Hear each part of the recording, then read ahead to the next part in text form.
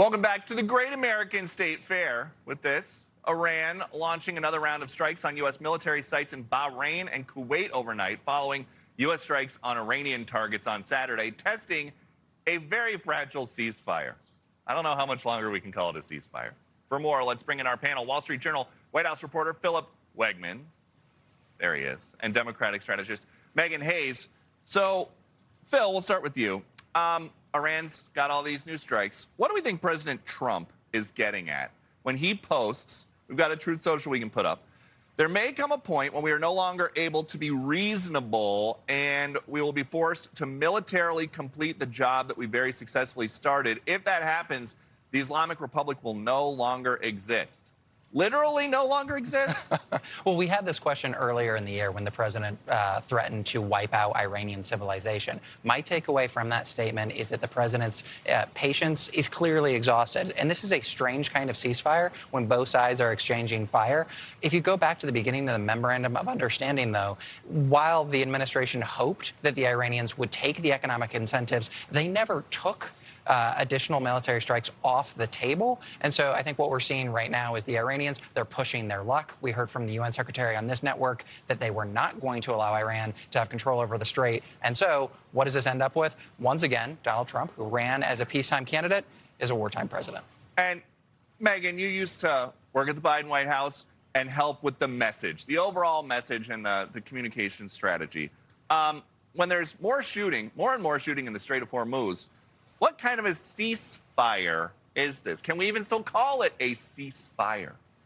No, it's not a ceasefire, but I think that we need to call it a ceasefire because I think that to move forward, that makes everyone feel better, right? And I think that getting the strait open is what's important to the American people. So as long as we are making steps to do that, it does not appear that that is happening. And it seems like Iran has a lot more power than we probably anticipated. But I would not necessarily call it a ceasefire when we're exchanging fire. And there's this big, it sounds bad, development. We've been told by a U.S. official, Jennifer Griffin was, that Iran has now reconstituted their air defense and missile systems along the strait.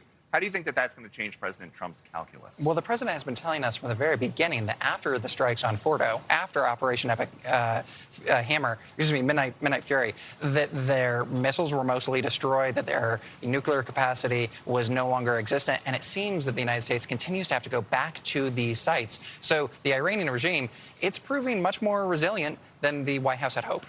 And when it comes to the Strait of Hormuz, last one on Iran, the president isn't just mad at the Iranians. He has got a list in this bite. ExxonMobil, it's Chevron, it's Shell, it's BP, it's a lot of them. The gasoline or the oil prices have come down so much, and we are not seeing anything at the pump. We are doing a big investigation on it, yeah. Big investigation into the oil companies. How's that going to play? It's not, because people are still paying more for gas. Yes, it has come down than a few weeks ago when it was at an all-time high. But this is a war that nobody wanted, and the American people are paying the price for it. So I'm not sure why he's blaming oil companies when it's really, you close a strait, you are ruining the global economy, and you're taking 20% of the oil off the market. So what are you supposed to do? And Meghan, I want to start with you on this next one. It was a really good week for Democratic socialists in New York. The socialists swept in their races. They unseated 2 incumbents, and now we're going to look ahead. I have one more bite here from the president. Does this tell you that the Democratic Party's 2028 nominee will likely be, or could likely be, a Democratic socialist? Well, it should make it easier for Republicans because most of the nation is composed of sane people. Okay, so Meghan Hayes, are these Democratic socialists, making it easier for Republicans? Is President Trump right? No, obviously not. I mean, first of all, these Democratic socialists are not Democrats. There are a lot of Democrats across the country. But they're going to be on ballots with a D next to them. And they are not in districts that are going to flip the House of Representatives. Those are districts like Utah 1 with Ben McAdams, and then Mike Lawler's district. So there are districts that are actually flipping here. These 3 in New York are making blue districts bluer. Phil, the new Democratic Party kingmaker, Zohran Mamdani, was just interviewed about this on ABC. We've got a bite. I think the direction that the party should go in is how best to fight for working people. I think we need to have a platform and a vision that doesn't sound as if it was cooked up by consultants, but instead one that you would say in response to someone who's asking, why can't I afford my rent?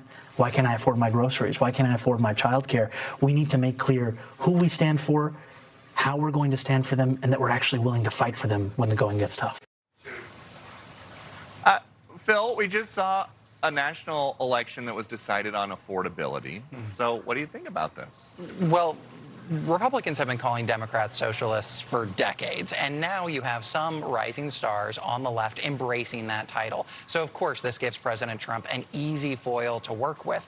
But beyond just this election, I think that there's a generational challenge here. When you have 30% of Americans saying, only 30%, that the American dream is possible, and then 70% of Americans saying that the economy is rigged against them, it's going to be difficult for Donald Trump and the Republican Party to say, look at Wall Street, look at the booming stock market, when increasingly younger voters are saying, I can't afford a mortgage, that degree I paid a lot of money for is useless, and I can't get ahead. So a generational problem, although it might give Republicans a bit of an advantage in certain districts.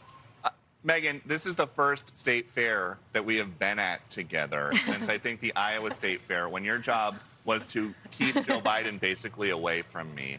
Are you having flashbacks to that? No, because there were people at that state fair.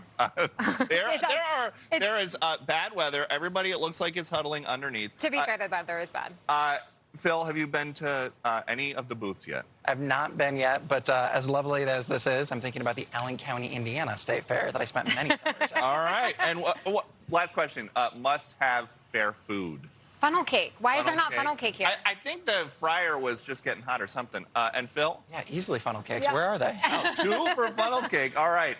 Meghan Hayes, Phil Wegmann, thank you guys so much. Be sure to like and subscribe for all the Fox News latest on YouTube and catch full shows streaming now on Fox One.